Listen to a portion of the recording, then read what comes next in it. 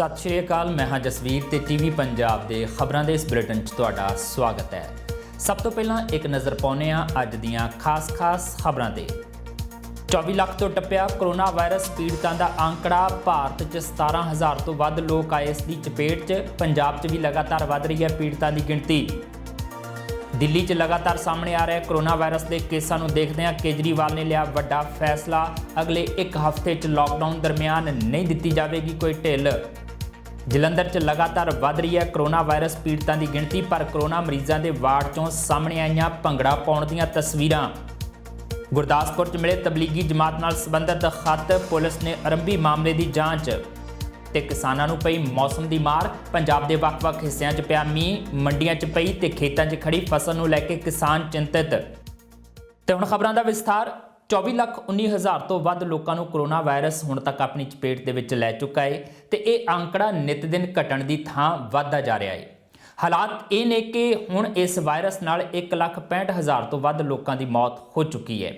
ਇਕੱਲੇ ਅਮਰੀਕਾ ਵਿੱਚ ਹੀ ਹੁਣ ਤੱਕ 7,64,000 ਤੋਂ ਵੱਧ ਲੋਕ ਇਸ ਵਾਇਰਸ ਦੀ ਚਪੇਟ ਦੇ ਵਿੱਚ ਆ ਚੁੱਕੇ ਨੇ, ਜਦਕਿ 40,000 ਤੋਂ ਵੱਧ ਲੋਕਾਂ ਦੀ ਮੌਤ ਹੋਈ ਹੈ।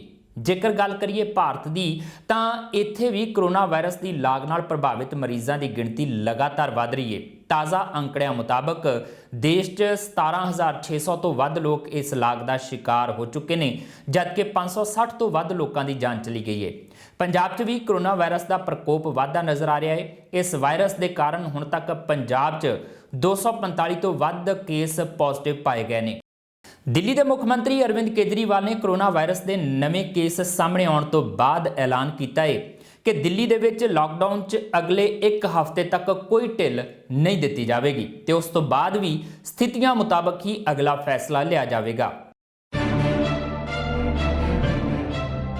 कैप्टन अमरिंदर सिंह तो बाद हुण दिल्ली के मुख्य मंत्री अरविंद केजरीवाल ने भी लॉकडाउन दे विच किसी किस्म की कोई भी ढिल देण तो इनकार कर दिता है। दरअसल परिस्थितियों को देखदे होए अरविंद केजरीवाल का कहना है कि हालात जिहो जिहे नज़र आ रहे ने, उस सब तो बाद जेकर स्थिति बिगड़ती है तो दिल्ली की सरकार खुद नूं माफ़ नहीं कर सकेगी, क्योंकि कुछ आंकड़े इहो जिहे सामने आए ने जिहड़े दसदे ने कि कोरोना वायरस पीड़ितां की गिणती दिल्ली दे विच लगातार वध रही है। इस करके लॉकडाउन दे विच ढिल अजे नहीं दित्ती जाएगी ते 7 दिन यानी कि एक हफ्ता होर हालातां दा जायज़ा लिया जाएगा ते उस तो बाद ही कोई फैसला लवांगे। जहांगीरपुरी की एक गली, उसके अंदर एक ही परिवार के कई सारे घर थे, चाचे मामे ताया ये सब। उनमें एक ही परिवार के 26 केस पॉजिटिव निकले, क्योंकि वो माने ही नहीं। कंटेनमेंट जोन होने के बावजूद वो एक दूसरे के घरों में जाते रहे। तो जहाँ जहाँ कंटेनमेंट जोन में लोगों ने बात मानी है, वहाँ एक भी नए केस नहीं मिले, और जहाँ लोगों ने बात नहीं मानी वहाँ पे कुछ कंटेनमेंट जोन्स में कई नए केस निकल के आए हैं। तो एक चीज़ तो ये है कि दिल्ली में कोरोना तेज़ी से फैल रहा है, पर अभी स्थिति नियंत्रण के बाहर नहीं है, स्थिति नियंत्रण में है। स्थिति चिंताजनक है, पर घबराने की ज़रूरत नहीं है। अपने को सबको अनुशासन में रह के इसको कंट्रोल करने की ज़रूरत है। मैं भी देना चाहता हूँ ढिलाई। इतनी सख्ती बड़ी मुश्किल हो जाती है। कैसे लोगों का गुजारा चलेगा, कैसे लोगों की रोज़ी रोटी चलेगी, कैसे लोगों का घर चलेगा। लोग बहुत मुश्किल में हैं। बच्चों के स्कूल बंद है। हम भी ढिलाई देना चाहते हैं, लेकिन ढिलाई देना बड़ा आसान है, और ढिलाई दे दी और स्थिति बहुत ख़राब हो गई, और उसके बाद अगर आईसीयू कम पड़ गए और अस्पताल के बेड कम पड़ गए और वेंटिलेटर कम पड़ गए और ऑक्सीजन कम पड़ गई और पता नहीं कितनी अगर जानें चली गई, तो हम कभी अपने आप को माफ़ नहीं कर पाएंगे। इसीलिए इन सब चीज़ों को ध्यान में रखते हुए हमें लगता है अभी थोड़ा संयम बरतने की ज़रूरत है।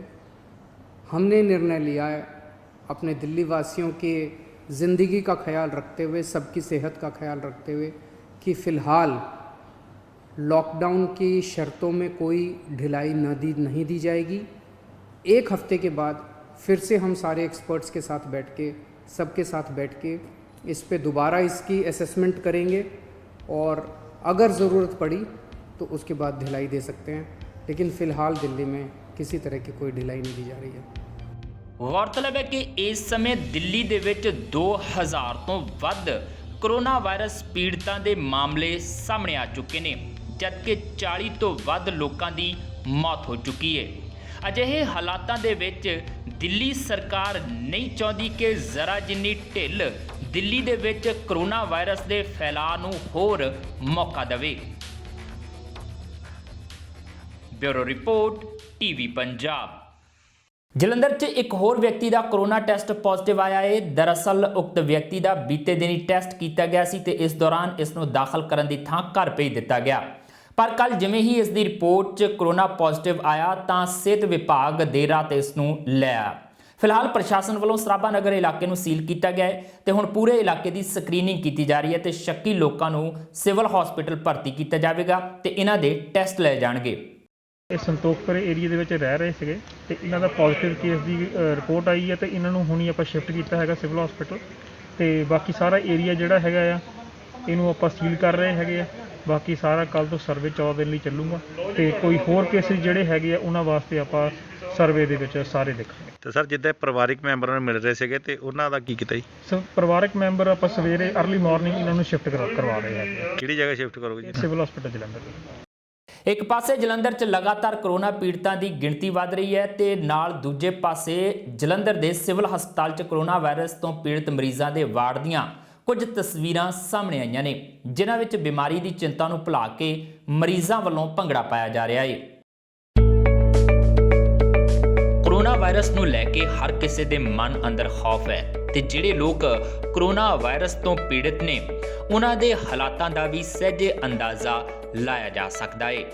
ਪਰ ਜਲੰਧਰ ਦੇ ਸਿਵਲ ਹਸਪਤਾਲ 'ਚ ਦਾਖਲ ਕੋਰੋਨਾ ਪੋਜ਼ਿਟਿਵ ਮਰੀਜ਼ਾਂ ਦੀਆਂ ਇਹ ਤਸਵੀਰਾਂ ਦੱਸਦੀਆਂ ਨੇ ਕਿ ਬਹੁਤ ਸਾਰੀਆਂ ਥਾਵਾਂ ਤੇ ਇਹ ਮਰੀਜ਼ ਬੜੀ ਜ਼ਿੰਦਾ ਦਿਲੀ ਦੇ ਨਾਲ ਇਸ ਬਿਮਾਰੀ ਦਾ ਸਾਹਮਣਾ ਕਰ ਰਹੇ ਨੇ।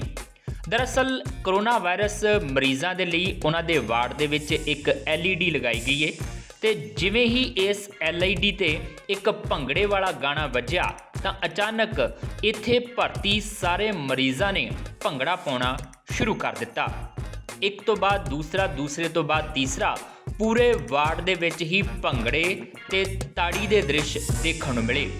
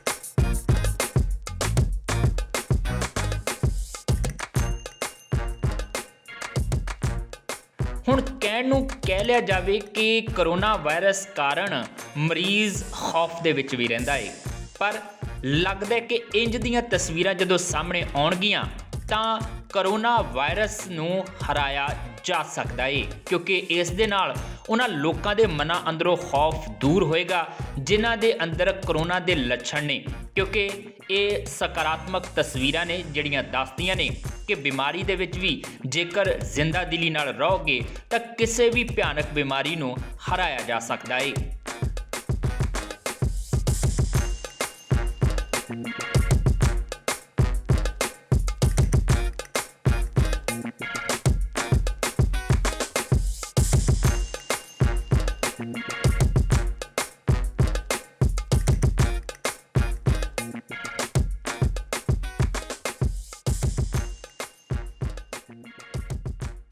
ਜਲੰਧਰ ਤੋਂ ਜਤਿਨ ਮਰਵਾਹਾ ਦੇ ਨਾਲ ਬਿਊਰੋ ਰਿਪੋਰਟ ਟੀਵੀ ਪੰਜਾਬ।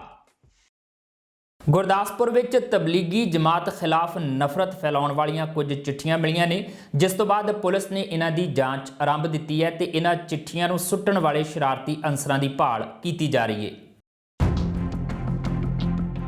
ਇੱਕ ਪਾਸੇ ਪੂਰਾ ਮੁਲਕ ਕਰੋਨਾ ਵਾਇਰਸ ਦੀ ਮਹਾਮਾਰੀ ਨਾਲ ਜੂਝ ਰਿਹਾ ਹੈ, ਦੂਜੇ ਪਾਸੇ ਕੁਝ ਸ਼ਰਾਰਤੀ ਅਨਸਰ ਲੋਕਾਂ ਅੰਦਰ ਭੈ ਪੈਦਾ ਕਰਨ ਦੀ ਕੋਸ਼ਿਸ਼ ਕਰ ਰਹੇ ਨੇ। ਇਸ ਦੀ ਉਦਾਹਰਣ ਦੇਖਣ ਨੂੰ ਮਿਲੀ ਗੁਰਦਾਸਪੁਰ ਦੇ ਕਸਬਾ ਭੈਣੀ ਮੀਆਂ ਖਾਨ ਅਧੀਨ ਪੈਂਦੇ ਪਿੰਡ ਬਲਵੰਡਾ 'ਚ, ਜਿੱਥੇ ਗੁਰਦੁਆਰਾ ਸਾਹਿਬ ਦੇ ਸਾਹਮਣੇ ਇੱਕ ਘਰ ਦੇ ਵਿੱਚੋਂ ਤਬਲੀਗੀ ਜਮਾਤ ਨਾਲ ਸੰਬੰਧਿਤ ਕੁਝ ਪੱਤਰ ਮਿਲੇ ਨੇ। ਦਰਅਸਲ ਇਸ ਪਰਿਵਾਰ ਮੁਤਾਬਕ ਇਹ ਪੱਤਰ ਕੋਈ ਅਣਪਛਾਤਾ ਵਿਅਕਤੀ ਉਹਨਾਂ ਦੇ ਘਰ ਦੇ ਸਾਹਮਣੇ ਸੁੱਟ ਗਿਆ, ਜਿਸ ਦੇ ਵਿੱਚ ਲਿਖਿਆ ਹੋਇਆ ਹੈ ਕਿ ਮੌਲਾਨਾ ਮਰਕਜ਼ ਦੇ ਬੰਦੇ ਗੁਰਦਾਸਪੁਰ ਦੇ ਵਿੱਚ ਕਰੋਨਾ ਵਾਇਰਸ ਫੈਲਾਉਣ ਆਏ ਹੋਏ ਨੇ ਤੇ ਉਹ ਗੁਰਦਾਸਪੁਰ ਜ਼ਿਲ੍ਹੇ ਦੇ ਵਿੱਚ ਜਨਤਕ ਥਾਵਾਂ ਦੇ ਉੱਤੇ ਆਪਣੇ ਆਪਣੇ ਤਰੀਕੇ ਦੇ ਨਾਲ ਕਰੋਨਾ ਵਾਇਰਸ ਫੈਲਾ ਕੇ ਜਾਣਗੇ। ਉਹਨਾਂ ਨੇ ਲਿਖਿਆ ਹੈ ਅਸੀਂ ਗੁਰਦਾਸਪੁਰ ਜ਼ਿਲ੍ਹੇ 'ਚ 5 ਮਰਕਜ਼ ਦੇ ਬੰਦੇ ਆਏ ਹਾਂ ਤੇ ਗੁਰਦਾਸਪੁਰ ਜ਼ਿਲ੍ਹੇ ਨੂੰ ਆਪਾਂ ਮਤਲਬ ਬਰਬਾਦ ਕਰ ਦਿਆਂਗੇ, ਬੜਾ ਕੁਝ ਲਿਖਿਆ ਉਹਨਾਂ ਨੇ। ਸਾਨੂੰ ਪੁਲਿਸ ਦਾ ਕੋਈ ਡਰ ਨਹੀਂ ਹੈ ਤੇ ਅਸੀਂ ਗੁਰਦਾਸਪੁਰ ਦੇ ਵਿੱਚ 5 ਬੰਦੇ ਆਏ ਹਾਂ, ਮਰਕਜ਼ ਤੇ ਬੰਦੇ ਆ ਅਸੀਂ ਤੇ ਅਸੀਂ ਮਤਲਬ ਗੇਟਾਂ ਨੂੰ ਇਹ ਥੁੱਕ ਲਾ ਦਿੱਤਾ ਤੇ ਕਾਗਜ਼ ਸੁੱਟ ਤੇ ਤੁਹਾਨੂੰ ਪੜ੍ਹ ਲਓ ਇਹਨਾਂ ਨੂੰ। ਇਹ ਜੀ ਮੈਨੂੰ ਤਾਂ ਪਤਾ ਚੱਲਿਆ ਕੋਈ 7-8 ਵਜੇ ਫੋਨ ਕੀਤਾ ਮੁੰਡਿਆਂ ਨੇ ਤੇ ਸਾਡੇ ਮੈਂਬਰ ਸਾਹਿਬ ਹੈ ਤੇ ਇਹਨਾਂ ਦੇ ਘਰ ਮਤਲਬ ਕਿ ਉਹਨਾਂ ਨੇ ਪਰਚੇ ਸੁੱਟੇ, ਮਤਲਬ ਕਿ ਲਿਖ ਕੇ ਉਹਦੇ ਵਿੱਚ ਸ਼ਰਾਰਤੀਆਂ ਸੀ ਵੀ ਤੁਹਾਡੇ ਗੇਟਾਂ 'ਤੇ ਆਪਾਂ ਮਤਲਬ ਕਿ ਥੁੱਕ ਗਏ ਹਾਂ, ਚਾਹੇ ਆਹ ਗੱਲ ਮਤਲਬ ਕਿ ਕਰ ਗਏ ਹਾਂ। ਪਰਚਾ ਇੱਦਾਂ ਕਾਗਜ਼ ਲਿਖਿਆ, ਸਿੰਪਲੀ ਕਾਗਜ਼ੀ ਤੇ ਰੈੱਡ ਪੈਨ ਨਾਲ ਲਿਖੇ ਹੋਏ ਜੀ, ਪੇਪਰ ਹੀ। ਇਸ ਸਭ ਤੋਂ ਬਾਅਦ ਜਦੋਂ ਪੁਲਿਸ ਅਧਿਕਾਰੀਆਂ ਨੂੰ ਇਸ ਸੰਬੰਧੀ ਸੂਚਿਤ ਕੀਤਾ ਗਿਆ ਤਾਂ ਪੁਲਿਸ ਨੇ ਗੰਭੀਰਤਾ ਨਾਲ ਇਸ ਮਾਮਲੇ ਦੀ ਪੜਤਾਲ ਆਰੰਭ ਦਿੱਤੀ ਹੈ। ਇਹਨਾਂ ਪੱਤਰਾਂ ਨੂੰ ਪੁਲਿਸ ਨੇ ਕਬਜ਼ੇ 'ਚ ਲੈ ਲਿਆ ਹੈ ਤੇ ਗੁਰਦੁਆਰਾ ਸਾਹਿਬ 'ਚ ਲੱਗੇ ਹੋਏ ਸੀਸੀਟੀਵੀ ਕੈਮਰੇ ਦੀ ਫੁਟੇਜ ਦੀ ਪੜਤਾਲ ਕੀਤੀ ਜਾ ਰਹੀ ਹੈ ਤੇ ਨਾਲ ਦੀ ਨਾਲ ਪੂਰੇ ਪਿੰਡ ਨੂੰ ਸੈਨੀਟਾਈਜ਼ ਕੀਤਾ ਜਾ ਰਿਹਾ ਹੈ। ਇੱਥੇ ਅੱਜ ਕਿਸੇ ਸ਼ਰਾਰਤੀ ਅਨਸਰ ਵੱਲੋਂ ਕੁਝ ਜਿਹੜਾ ਕੋਵਿਡ-19 ਚੱਲ ਰਿਹਾ ਵਾ, ਇਹਦੇ ਇਸ ਤਰ੍ਹਾਂ ਦੀ ਕੋਈ ਗਲਤ ਭਾਸ਼ਾ ਲਿਖ ਕੇ ਆਮ ਪਬਲਿਕ ਦੇ ਵਿੱਚ ਦਹਿਸ਼ਤ ਪਾਉਣ ਕਰਕੇ ਜਿਹੜਾ ਵਾ ਕੁਝ ਪਰਚੇ ਲਿਖ ਕੇ ਸ਼ਿੰਗਾਰਾ ਸਿੰਘ ਦੇ ਘਰ ਸੁੱਟੇ ਸੀ। ਅਸੀਂ ਸਮੇਤ ਫੋਰਸ ਇੱਥੇ ਪਹੁੰਚ ਗਏ ਸੀ। ਅਸੀਂ ਪਹੁੰਚ ਕੇ ਸਾਰਾ ਵੈਰੀਫਾਈ ਕੀਤਾ, ਜਿਹੜੇ ਉਹ ਪਰਚੇ ਸੀ ਉਹ ਵੀ ਦੇਖੇ ਨੇ ਤੇ ਜੋ ਬਣਦੀ ਕਾਨੂੰਨੀ ਕਾਰਵਾਈ ਆ ਉਹ ਕਰ ਰਹੇ ਆ ਔਰ ਬਾਕੀ ਜਿਹੜੇ ਸਿਵਲ ਪ੍ਰਸ਼ਾਸਨ ਦੇ ਵੀ ਸਾਰੇ ਅਫਸਰ ਇੱਥੇ ਪਹੁੰਚ ਗਏ ਨੇ। ਇਸ ਜਿਹੜੇ ਪਿੰਡ ਨੂੰ ਪੂਰਾ ਸੈਨੀਟਾਈਜ਼ ਕਰ ਰਹੇ ਆ ਔਰ ਜੋ ਬਣਦੀਆਂ ਜ਼ਰੂਰੀ ਸੇਵਾਵਾਂ ਨੂੰ ਦੇ ਰਹੇ ਆ। ਗੌਰਤਲਬ ਹੈ ਕਿ ਇਹ ਲੋਕ ਕੌਣ ਸਨ ਇਸ ਬਾਰੇ ਅਜੇ ਕਿਹਾ ਨਹੀਂ ਜਾ ਸਕਦਾ, ਪਰ ਜਿਸ ਤਰੀਕੇ ਨਾਲ ਤਬਲੀਗੀ ਜਮਾਤ ਦਾ ਨਾਮ ਲੈ ਕੇ ਲੋਕਾਂ ਅੰਦਰ ਖੌਫ ਪੈਦਾ ਕਰਨ ਦੀ ਕੋਸ਼ਿਸ਼ ਕੀਤੀ ਜਾ ਰਹੀ ਹੈ, ਇਹ ਸ਼ਰਾਰਤੀ ਤੇ ਫਿਰਕੂ ਅੱਗ ਭੜਕਾਉਣ ਵਾਲੇ ਲੋਕਾਂ ਦੀ ਕਾਰਸਤਾਨੀ ਮਹਿਸੂਸ ਹੋ ਰਹੀ ਹੈ। ਫਿਲਹਾਲ ਦੇਖਣਾ ਹੋਏਗਾ ਕਿ ਪੁਲਿਸ ਕਿੰਨੀ ਛੇਤੀ ਤੇ ਕਿਸ ਤਰੀਕੇ ਨਾਲ ਇਹਨਾਂ ਖਤ ਸੁੱਟਣ ਵਾਲੇ ਲੋਕਾਂ ਨੂੰ ਕਾਬੂ ਕਰਦੀ ਹੈ ਤੇ ਇਹਨਾਂ ਖਤਾਂ ਦੀ ਕਿਹੜੀ ਹਕੀਕਤ ਨਿਕਲ ਕੇ ਸਾਹਮਣੇ ਆਉਂਦੀ ਹੈ। Bureau report TV Punjab. Corona virus ਦਰਮਿਆਨ ਬੇਸ਼ੱਕ ਸਰਕਾਰਾਂ ਵੱਲੋਂ ਲੋਕਾਂ ਤੱਕ ਰਾਹਤ ਕੋਈ ਪਹੁੰਚੀ ਹੋਵੇ ਜਾਂ ਨਾ, ਪਰ ਜ਼ਰੂਰੀ ਤੌਰ ਤੇ ਸੜਕਾਂ ਤੇ ਨਿਕਲਣ ਵਾਲੇ ਵਾਹਨਾਂ ਤੇ ਟੋਲ ਪਲਾਜ਼ਾ ਲੱਗਣ ਦਾ ਖਰਚਾ ਜ਼ਰੂਰ ਪਾ ਦਿੱਤਾ ਗਿਆ ਹੈ। ਬੇਸ਼ੱਕ ਕੈਪਟਨ ਸਰਕਾਰ ਨੇ 3 ਮਈ ਤੱਕ ਟੋਲ ਪਲਾਜ਼ੇ ਬੰਦ ਰੱਖਣ ਦਾ ਐਲਾਨ ਕੀਤਾ, ਪਰ ਨੈਸ਼ਨਲ ਹਾਈਵੇ ਅਥਾਰਟੀ ਦੇ ਅਧੀਨ ਆਉਂਦਾ ਲੁਧਿਆਣਾ ਦਾ ਟੋਲ ਪਲਾਜ਼ਾ ਬੀਤੀ ਰਾਤ 12 ਵਜੇ ਤੋਂ ਉਗਰਾਹੀ ਸ਼ੁਰੂ ਕਰ ਚੁੱਕਾ ਹੈ।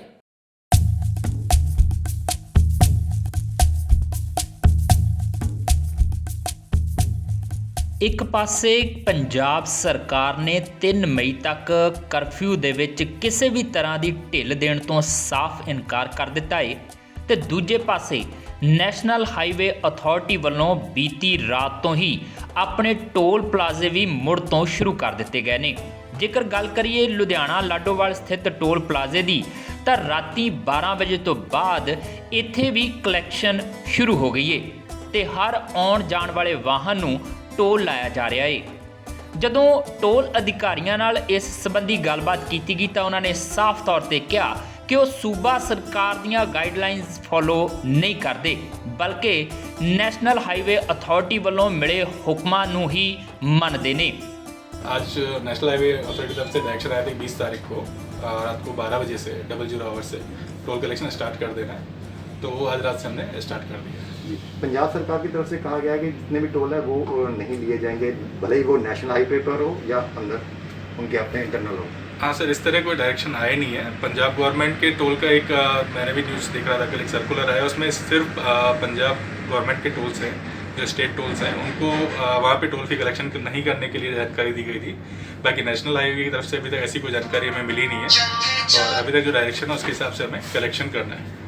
जी, जो मतलब अगर पंजाब सरकार की तरफ से आपको कोई ऑर्डर आता है तो वो आप उनके अंडर आते हैं या नहीं आते हैं, उनको किस तरीके से देखते हैं? हाँ सर, हमें direction national highway authority of India की तरफ से आता है, और जो भी डायरेक्शन होता है हम उनकी तरफ से जो भी डायरेक्शन आते हैं उसे हमें फॉलो करना होता है। और कुछ भी अगर डायरेक्शन पंजाब गवर्नमेंट को इसमें देना होता है तो NHA से टाइप करके वो डायरेक्शन हमें मिल जाते हैं, लेकिन अभी तक ऐसा कोई डायरेक्शन मिला नहीं है, इसलिए हम कलेक्शन अभी कर रहे हैं। गौरतलब है कि बकायदा पंजाब सरकार ਵੱਲੋਂ ਇਹ ਐਲਾਨ ਕੀਤਾ ਗਿਆ ਹੈ ਕਿ 3 ਮਈ ਤੱਕ ਪੰਜਾਬ ਦੇ ਵਿੱਚ ਟੋਲ ਪਲਾਜ਼ਿਆਂ ਤੋਂ ਟੋਲ ਨਹੀਂ ਵਸੂਲਿਆ ਜਾਏਗਾ। ਹੁਣ ਲੁਧਿਆਣਾ ਲਾਡੋਵਾਲ ਵਾਲਾ ਟੋਲ ਪਲਾਜ਼ਾ ਕਿਉਂਕਿ ਨੈਸ਼ਨਲ ਹਾਈਵੇ ਅਥਾਰਟੀ ਦੇ ਅਧੀਨ ਆਉਂਦਾ ਹੈ, ਇਸ ਕਰਕੇ ਰਾਤ ਤੋਂ ਹੀ ਇਹਨਾਂ ਨੇ ਟੋਲ ਵਸੂਲਣਾ ਸ਼ੁਰੂ ਕਰ ਦਿੱਤਾ ਹੈ, ਜਿਸ ਦੇ ਨਾਲ ਆਮ ਲੋਕ ਜਿਹੜੇ ਕਿ ਇਸ ਕਰਫਿਊ ਦੇ ਦਰਮਿਆਨ ਸਿਰਫ ਜ਼ਰੂਰਤ ਮੌਕੇ ਹੀ ਬਾਹਰ ਨਿਕਲ ਰਹੇ ਨੇ, ਉਹਨਾਂ ਦੀ ਜੇਬ ਦੇ ਉੱਤੇ ਮੋਟਾ ਅਸਰ ਪਵੇਗਾ। Bureau report TV Punjab. Corona virus ਕਾਰਨ ਲੱਗੇ ਕਰਫਿਊ ਦੌਰਾਨ ਦਿਨ ਰਾਤ ਡਿਊਟੀ ਕਰਨ ਵਾਲੇ ਮੁਲਾਜ਼ਮਾਂ ਦਾ ਲੁਧਿਆਣਾ ਦੇ ਸੁਖਦੇਵ ਨਗਰ ਦੇ ਲੋਕਾਂ ਵੱਲੋਂ ਸਨਮਾਨ ਕਰਦਿਆਂ ਉਹਨਾਂ ਉੱਪਰ ਫੁੱਲਾਂ ਦੀ ਵਰਖਾ ਕੀਤੀ ਗਈ। ਲੋਕਾਂ ਮੁਤਾਬਕ ਇਹ ਮੁਲਾਜ਼ਮ ਖੁਦ ਨੂੰ ਖਤਰੇ ਦੇ ਵਿੱਚ ਪਾ ਕੇ ਲੋਕਾਂ ਦੀ ਸੁਰੱਖਿਆ ਲਈ ਮੈਦਾਨ 'ਚ ਡਟੇ ਹੋਏ ਨੇ, ਜਿਸ ਕਰਕੇ ਉਹਨਾਂ ਨੇ ਇਹਨਾਂ ਦੀ ਹੌਸਲਾ ਅਫਜ਼ਾਈ ਲਈ ਅਜਿਹਾ ਕੀਤਾ ਹੈ।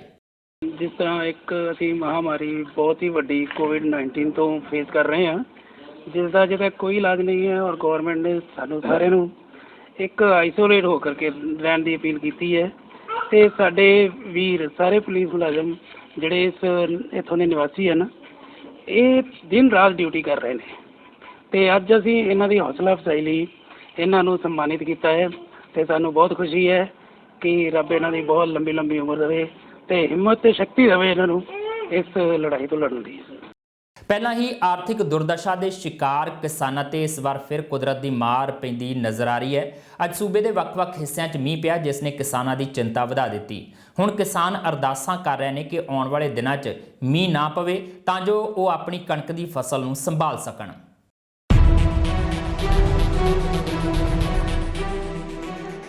ਖੇਤੀ ਕਰਮਾ ਸੇਤੀ ਸ਼ਾਇਦ ਇਸੇ ਲਈ ਕਿਹਾ ਜਾਂਦਾ ਹੈ ਕਿ ਕਿਸਾਨ ਦੀ ਫਸਲ ਪੱਕਣ ਤੋਂ ਬਾਅਦ ਜਾਂ ਤਾਂ ਸਰਕਾਰਾਂ ਦੀਆਂ ਨੀਤੀਆਂ ਉਹਨੂੰ ਘਾਟਾ ਪਾ ਜਾਂਦੀਆਂ ਨੇ, ਜਾਂ ਫਿਰ ਕੁਦਰਤ ਕਹਿਰਵਾਨ ਹੋ ਕੇ ਉਹਨੂੰ ਨੁਕਸਾਨ ਪਹੁੰਚਾ ਜਾਂਦੀ ਹੈ। ਕੁਝ ਇਹੋ ਜਿਹਾ ਹੀ ਇਸ ਸਮੇਂ ਪੰਜਾਬ ਦੇ ਵਿੱਚ ਕਿਸਾਨਾਂ ਨਾਲ ਹੁੰਦਾ ਨਜ਼ਰ ਆ ਰਿਹਾ ਹੈ, ਜਿੱਥੇ ਕਰੋਨਾ ਵਾਇਰਸ ਦਾ ਕਰਕੇ ਕਿਸਾਨਾਂ ਨੂੰ ਮੰਡੀਆਂ ਦੇ ਵਿੱਚ ਕਣਕ ਵੇਚਣ ਦੇ ਵਿੱਚ ਕਈ ਤਰੀਕੇ ਦੀਆਂ ਦਿੱਕਤਾਂ ਦਾ ਸਾਹਮਣਾ ਕਰਨਾ ਪੈ ਰਿਹਾ ਹੈ। ਅਜਿਹੇ ਹਾਲਾਤਾਂ 'ਚ ਅੱਜ ਪੰਜਾਬ ਭਰ 'ਚ ਪਏ ਮੀਂਹ ਨੇ ਕਿਸਾਨਾਂ ਦੀ ਚਿੰਤਾ ਨੂੰ ਦੁੱਗਣਿਆ ਕਰ ਦਿੱਤਾ ਹੈ। ਲੁਧਿਆਣਾ ਦੇ ਵਿੱਚ ਤਾਂ ਕਿਸਾਨ ਮੰਡੀਆਂ ਦੇ ਵਿੱਚ ਇਸ ਮੀਂਹ ਦਾ ਕਰਕੇ ਖੱਜਲ ਖੁਆਰ ਹੁੰਦੇ ਨਜ਼ਰ ਆਏ। ਕਿਸਾਨਾਂ ਦਾ ਕਹਿਣਾ ਸੀ ਕਿ ਜੇ ਇਸੇ ਤਰੀਕੇ ਨਾਲ ਮੀਂਹ ਪਿਆ ਤੇ ਮੰਡੀਆਂ 'ਚ ਖੁੱਲ੍ਹੇ ਅਸਮਾਨ ਹੇਠਾਂ ਪਈ ਉਹਨਾਂ ਦੀ ਕਣਕ ਦੀ ਫਸਲ ਦਾ ਖਾਸਾ ਨੁਕਸਾਨ ਹੋਵੇਗਾ। ਬਾਰਿਸ਼ ਪੈ ਰਹੀ ਹੈ, ਕੀ ਕਹਿਣਾ ਚਾਹੋਗੇ ਫਸਲ ਬਾਰਿਸ਼ ਦੇ ਵਿੱਚ ਦੇਖੋ ਜਿੱਥੇ ਤਾਂ ਹੁਣ ਸੰਸਾਰਿਕ ਤੌਰ ਤੇ ਵੀ ਕਰੋਨਾ ਨਾਲ ਸਾਰੇ ਹੈਗਾ, ਉਹ ਤਾਂ ਮਾਰ ਪੈ ਹੀ ਰਹੀ ਆ, ਦੂਰੀ ਮਾਰ ਮੌਸਮ ਕੰਨੀ ਹੋਊਗੀ। ਤੇ ਬਾਕੀ ਹੁਣ ਖੇਤ ਦੇ ਵਿੱਚ ਫਸਲ ਖੜੀ ਉਹਦਾ ਵੀ ਬਹੁਤ ਨੁਕਸਾਨ ਆਈ, ਤੇ ਆਹ ਸਾਨੂੰ ਡਬਲ ਲੇਬਰ ਪੈ ਜਾਣੀ ਹੈ। ਫਸਲ ਸਾਰੀ ਭੱਜ ਚੁੱਕੀ ਆ। ਨੁਕਸਾਨ ਦੇਖੋ ਜੀ, ਹੁਣ ਫਸਲ ਦਾ ਤਾਂ ਨੁਕਸਾਨ ਹੀ ਆ ਜ਼ਿਮੀਂਦਾਰ ਨੂੰ। ਤਾਂ ਪਹਿਲਾਂ ਤਾਂ ਹੁਣ ਪਾਸ ਦਾ ਸਿਸਟਮ ਆ, ਚਲੋ ਉਹ ਕਰੋਨਾ ਕਰਕੇ ਹੈਗਾ ਵੀ ਉਹਦੇ ਨਾਲ ਅਸੀਂ ਵੇਖਦੀਆਂ ਵੀ ਰੋਜ਼ ਇੱਕ ਟਰਾਲੀ ਤਾਂ 5 ਪਾਸ ਆਉਂਦੇ ਆ, ਤਾਂ ਰੋਜ਼ 5 ਜ਼ਿਮੀਂਦਾਰ ਇੱਕ ਇੱਕ ਟਰਾਲੀ ਲਿਆਉਂਦੇ ਆ, ਤੇ ਉਹ ਫਸਲ ਕੱਟ ਕੇ ਹੁਣ ਐਡਾ ਪ੍ਰਬੰਧ ਕਿਸੇ ਕੋਲ ਨਹੀਂ ਵੀ ਆਪਾਂ ਘਰੇ ਜਾ ਕੇ ਉਹਨੂੰ ਗਡਾਊਨ 'ਚ ਜਾਂ ਕਿਤੇ ਵੀ ਲਾਹ ਚੁੱਕੇ, ਐਡਾ ਪ੍ਰਬੰਧ ਨਹੀਂ ਹੈਗਾ ਕਿਸੇ ਵੀ ਜ਼ਿਮੀਂਦਾਰ ਕੋਲ ਖਾਸ, ਤੇ ਉਹਦੇ ਕਰਕੇ ਨੁਕਸਾਨ ਤਾਂ ਹੁਣ ਹੈਗਾ ਹੀ ਹੈ। ਕੀ ਅਪੀਲ ਕਰਨੀ ਚਾਹੋਗੇ ਸਰ? ਅਪੀਲ ਇਹੀ ਆ ਵੀ ਗੌਰਮੈਂਟ ਨੂੰ ਜਿਹੜਾ ਵੀ ਨੁਕਸਾਨ ਹੋਇਆ ਇਹਦਾ ਦੇਖ ਕੇ ਕਿਸਾਨਾਂ ਨੂੰ ਭਰੋਸਾ ਦਿਵਾਉਣ, ਉਹ ਵੀ ਕੋਈ ਨਾ ਕੋਈ ਮੁਆਵਜ਼ਾ ਜਾਂ ਕੁਝ ਨਾ ਕੁਝ ਉਹਨਾਂ ਦੀ ਮਦਦ ਕੀਤੀ ਜਾ ਸਕੇ। ਉਧਰ ਬਰਨਾਲਾ ਦੇ ਕਈ ਹਿੱਸਿਆਂ ਦੇ ਵਿੱਚ ਮੀਂਹ ਦੇ ਨਾਲ ਗੜੇਮਾਰ ਹੋਣ ਦੀ ਵੀ ਖਬਰ ਸਾਹਮਣੇ ਆ ਰਹੀ ਹੈ। ਕਿਸਾਨਾਂ ਦਾ ਕਹਿਣਾ ਹੈ ਕਿ ਇਸ ਗੜੇ ਦੇ ਨਾਲ ਉਹਨਾਂ ਦੀ ਖੇਤਾਂ ਦੇ ਵਿੱਚ ਖੜੀ ਫਸਲ ਪੂਰੀ ਤਰ੍ਹਾਂ ਨਾਲ ਬਰਬਾਦ ਹੋ ਚੁੱਕੀ ਹੈ, ਤੇ ਇਸ ਸਭ ਦਰਮਿਆਨ ਇਹਨਾਂ ਕਿਸਾਨਾਂ ਨੇ ਸਰਕਾਰ ਤੋਂ ਇਸ ਨੁਕਸਾਨ ਦੇ ਲਈ ਮੁਆਵਜ਼ੇ ਦੀ ਮੰਗ ਕੀਤੀ ਏ। ਪਰਮਾਤਮਾ ਵੱਲੋਂ ਮਹਾਮਾਰੀ ਦੇ ਨਾਲ ਅੱਜ ਸਾਡੇ ਪਿੰਡ ਮੇਰੇ ਦੀਵਾਨਾ ਵਿਖੇ ਬਹੁਤ ਵੱਡੀ ਭਾਰੀ ਨੁਕਸਾਨ ਜਿਹੜਾ ਮੇਰੇ ਜ਼ਿਮੀਂਦਾਰ ਭਰਾਵਾਂ ਦਾ, ਕਿਸਾਨ ਭਰਾਵਾਂ ਦਾ ਸਾਡਾ ਹੋਇਆ। ਇੰਨੀ ਭਿਆਨਕ ਬਿਮਾਰੀ ਦੇ ਨਾਲ ਅੱਜ ਸਾਬਤ ਹੁੰਦਾ ਵੀ ਇੰਨੀ ਜ਼ੋਰਾਂ ਦੇ ਨਾਲ ਬਰਸਾਤ ਆ ਸਾਡੇ ਦੀਵਾਨਾ ਪਿੰਡ ਵਿਖੇ। ਪਹਿਲਾਂ ਤੁਹਾਨੂੰ ਮੰਡੀ ਦਾ ਦਿਖਾਇਆ, ਮੰਡੀ ਦੇ ਵਿੱਚ ਬੜੇ ਭਾਰੀ ਗੜੇ ਪਏ ਆ ਤੇ ਖੇਤ ਦੇ ਵਿੱਚ ਵੀ ਜਿਹੜਾ ਹੈ ਬਹੁਤ ਜ਼ਿਆਦਾ ਪਾਣੀ ਭਰਿਆ ਖੜਾ। ਮੈਂ ਤੁਹਾਨੂੰ ਦਿਖਾਉਣਾ, ਪਾਣੀ ਨਾਲ ਸਾਡੀ ਸਾਰੀ ਫਸਲ ਦਾ ਨੁਕਸਾਨ ਇੰਨਾ ਜ਼ਿਆਦਾ ਹੋਇਆ ਜੋ ਬਿਆਨ ਨਹੀਂ ਕੀਤਾ ਜਾ ਸਕਦਾ। ਬਹੁਤ ਜ਼ਿਆਦਾ ਨੁਕਸਾਨ ਹੋਇਆ। ਸਾਰੀ ਕਣਕ ਜਿਹੜੀ ਅੱਜ ਵੱਢਣ ਦੇ ਯੋਗ, ਵਾਹੀ ਯੋਗ ਸੀਗੀ, ਵੱਢਣ ਦੇ ਯੋਗ ਸੀ, ਸਾਰੀ ਕਣਕ ਆ ਜਿਹੜੀ ਉਹ ਅੱਜ ਮੀਂਹ ਦੇ ਨਾਲ ਖਰਾਬ ਹੋ ਗਈ ਆ। ਸਾਡੀ ਮਹਾਮਾਰੀ ਦੇ ਨਾਲ ਦੂਜੀ ਵੱਡੀ ਕਰੋਪੀ ਹੈ ਜਿਹੜੀ ਕਿਸਾਨਾਂ ਭਰਾਵਾਂ ਤੇ ਕਿਸਾਨ ਭਰਾਵਾਂ ਦੇ ਵਿੱਚ ਅੱਜ ਬਰਸਾਤ ਦੀ ਵੱਡੀ ਕਰੋਪੀ ਹੋਈ ਆ। ਇੱਥੋਂ ਜਿਹੜੇ ਸਰਕਾਰ ਦੇ ਖੋਖਲੇ ਪ੍ਰਬੰਧ ਦਾ ਦਾਅਵੇ ਕੀਤੇ ਜਾ ਰਹੇ ਸੀਗੇ ਵੀ ਜਿਹੜੀ ਆ ਫਸਲਾਂ ਦਾ ਦਾਣਾ ਛੇਤੀ ਚੱਕਿਆ ਜਾਊ, 5-5 ਦਿਨਾਂ ਦੀਆਂ ਮੰਡੀਆਂ ਦੇ ਵਿੱਚ ਜਿਹੜੀਆਂ ਕਣਕਾਂ ਪਈਆਂ ਸੀ ਉਹ ਅੱਜ ਫੇਰ ਕਰੋਪ ਹੋ ਕੇ ਪਰਮਾਤਮਾ ਦੀ ਕਰੋਪੀ ਦੇ ਨਾਲ, ਬਰਸਾਤ ਦੇ ਨਾਲ ਅੱਜ ਫੇਰ ਵੱਡਾ ਨੁਕਸਾਨ ਹੋਇਆ। ਕੋਈ ਜ਼ਿਆਦਾ ਤਲਾਈ ਨਹੀਂ ਹੋਈ। ਇੱਥੋਂ ਪਤਾ ਲੱਗਦਾ ਕਿ ਜਿਹੜੀ ਸਰਕਾਰ ਦੇ ਆ ਪ੍ਰਬੰਧ ਬਹੁਤ ਖੋਖਲੇ ਪਾਏ ਗਿਆ ਤੇ ਕਰੋਪੀ ਹੋਈ ਆ। ਅੱਜ ਇੱਥੇ ਦੀਵਾਨਿਆਂ ਦੇ ਵਿੱਚ ਗੜੇਮਾਰੀ ਹੋਈ ਆ ਭਾਰੀ, ਜਿਹਦੇ ਨਾਲ ਫਸਲਾਂ ਦਾ ਭਾਰੀ ਨੁਕਸਾਨ ਹੋਇਆ। ਮੰਡੀ ਦੇ ਵਿੱਚ ਬਹੁਤ ਸਾਰੀ ਜਿਹੜੀ ਕਣਕ ਉਹ ਭਿੱਜੀ ਆ। ਅੱਜ ਸਰਕਾਰ ਦੇ ਜਿਹੜੇ ਖੋਖਲੇ ਦਾਅਵੇ ਸੀ, ਜਿਹੜੇ ਕੂਪਨ ਪਾਸ ਰਾਹੀਂ ਉਹਨਾਂ ਨੇ ਕਿਹਾ ਸੀ ਕਿ ਮੰਡੀਆਂ ਦੇ ਵਿੱਚ ਕਿਸਾਨਾਂ ਨੂੰ ਕੋਈ ਦਿੱਕਤ ਨਹੀਂ ਆਉਣੀ, ਅੱਜ ਇਸ ਜਿਹੜਾ ਕੂਪਨ ਸਿਸਟਮ ਹੈ ਇੱਥੇ ਫੇਲ ਹੋਇਆ।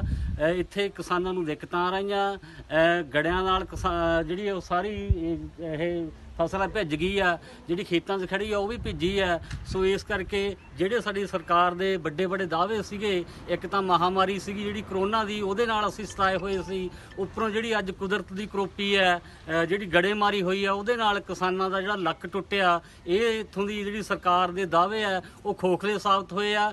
ਅਸੀਂ ਪਿੰਡ ਦੀਵਾਨਿਆਂ ਦੇ ਸਮੂਹ ਕਿਸਾਨ ਵੀਰਾਂ ਵੱਲੋਂ ਬੇਨਤੀ ਕਰਨਾ ਚਾਹੁੰਦੇ ਆ ਕਿ ਗੌਰਮੈਂਟ ਦੇ ਵਿੱਚ ਜਿਹੜੇ ਵੀ ਸਾਡੇ ਅਧਿਕਾਰੀ ਜਾਂ ਡੀਸੀ ਸਾਹਿਬ ਬੈਠੇ ਆ, ਉਹ ਦੀਵਾਨਿਆਂ ਦੀ ਮੰਡੀ ਦਾ ਦੌਰਾ ਕਰਨ, ਇੱਥੋਂ ਦੇ ਕਿਸਾਨਾਂ ਦੀਆਂ ਮੁਸ਼ਕਲਾਂ ਦਾ ਹੱਲ ਕਰਨ ਜਲਦੀ ਤੋਂ ਜਲਦੀ। ਨਹੀਂ ਤਾਂ ਮਹਾਮਾਰੀ ਦੇ ਨਾਲ ਮਾਰਿਆ ਕਿਸਾਨ ਅੱਜ ਗੜਿਆਂ ਦੇ ਨਾਲ ਵੀ ਮਾਰਿਆ ਜਾਊਗਾ।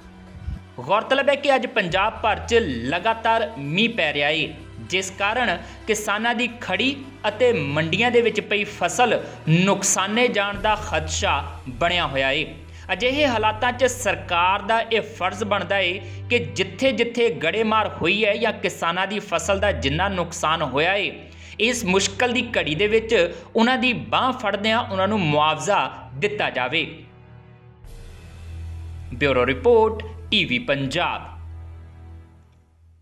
ਬਰਨਾਲਾ ਦੇ ਮਹਿਲ ਕਲਾਂ 'ਚ ਅੱਜ ਇਨਸਾਨੀਅਤ ਨੂੰ ਸ਼ਰਮਸਾਰ ਕਰਨ ਦਾ ਮਾਮਲਾ ਸਾਹਮਣੇ ਆਇਆ ਹੈ, ਕਿਉਂਕਿ ਇੱਥੇ ਕਿਸੇ ਵੱਲੋਂ ਇੱਕ ਨਵਜੰਮੇ ਬੱਚੇ ਨੂੰ ਕੂੜੇ ਦੇ ਢੇਰ ਤੇ ਸੁੱਟ ਦਿੱਤਾ ਗਿਆ।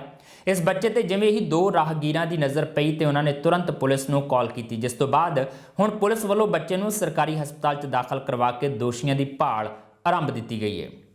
ਕਿਸੇ ਰੂੜੀ ਦੇ ਉੱਪਰ ਇੱਕ ਮੇਲ ਬੱਚਾ, ਨਵਾਂ ਜੰਮਾ ਬੱਚਾ ਜਿਹੜਾ ਹੈਗਾ, ਉਹਨਾਂ ਨੂੰ ਦੇਖਣ ਨੂੰ ਮਿਲਿਆ ਸੀਗਾ ਤੇ ਉਹ ਬੱਚੇ ਨੂੰ ਚੁਕਵਾ ਕੇ ਹਸਪੀਟਲ ਲਿਆਏ। ਬੱਚੇ ਦੀ ਦੇਖਭਾਲ ਕੀਤੀ ਆ ਉਹਦੀ, ਤੇ ਉਹਨੂੰ ਬੱਚੇ ਨੂੰ ਉਹਦੀ ਕੰਡੀਸ਼ਨ ਠੀਕ ਠਾਕ ਸੀਗੀ। ਉਹਨਾਂ ਨੇ ਇੱਥੇ ਸਿਵਲ ਹਸਪਤਾਲ ਬਰਨਾਲੇ ਭੇਜਤਾ।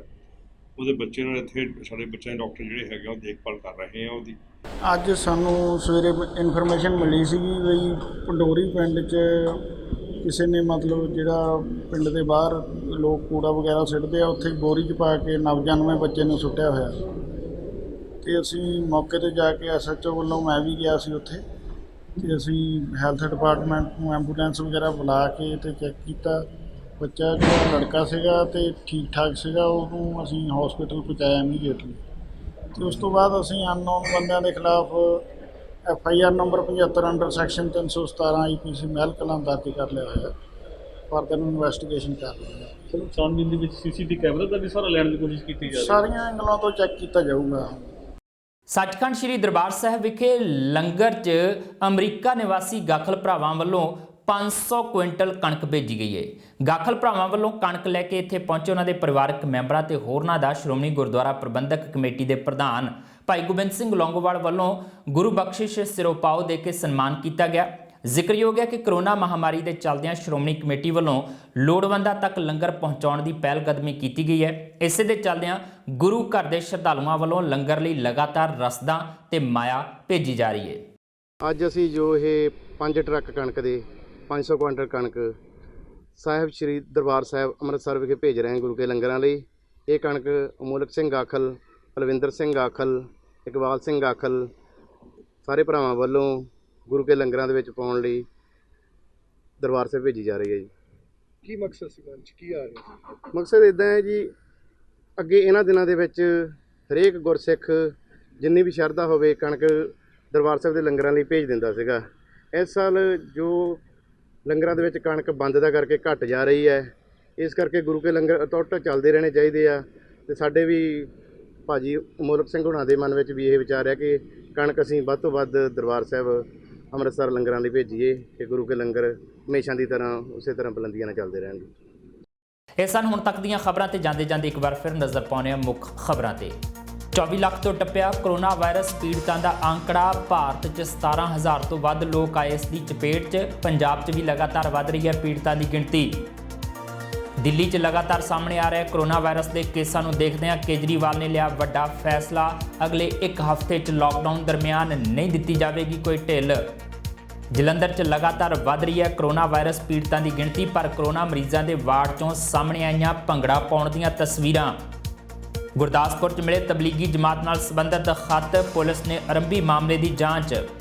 ਤੇ ਕਿਸਾਨਾਂ ਨੂੰ ਪਈ ਮੌਸਮ ਦੀ ਮਾਰ। ਪੰਜਾਬ ਦੇ ਵੱਖ-ਵੱਖ ਹਿੱਸਿਆਂ 'ਚ ਪਿਆ ਮੀਂਹ, ਮੰਡੀਆਂ 'ਚ ਪਈ ਤੇ ਖੇਤਾਂ 'ਚ ਖੜੀ ਫਸਲ ਨੂੰ ਲੈ ਕੇ ਕਿਸਾਨ ਚਿੰਤਿਤ। ਇਸ ਦੇ ਨਾਲ ਹੀ ਆਪਣੀ ਜਸਵੀਰ ਨੂੰ ਦਿਓ ਇਜਾਜ਼ਤ ਤੇ ਦੇਖਦੇ ਰਹੋ ਟੀਵੀ ਪੰਜਾਬ।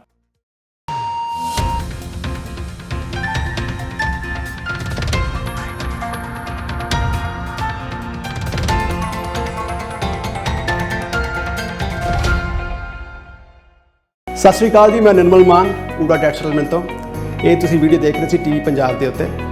ਇਹੋ ਜਿਹੇ ਹੋਰ ਜਾਣਕਾਰੀ ਭਰਪੂਰ ਵੀਡੀਓ ਦੇਖਣ ਵਾਸਤੇ ਟੀਵੀ ਪੰਜਾਬ ਦੇ ਚੈਨਲ ਨੂੰ ਸਬਸਕ੍ਰਾਈਬ ਕਰੋ ਤੇ ਨਾਲ ਹੇਠ ਦਿੱਤੇ ਹੋਏ ਬੈਲ ਆਈਕਨ ਦੇ ਬਟਨ ਦਬਾਓ। ਸਤਿ ਸ਼੍ਰੀ ਅਕਾਲ।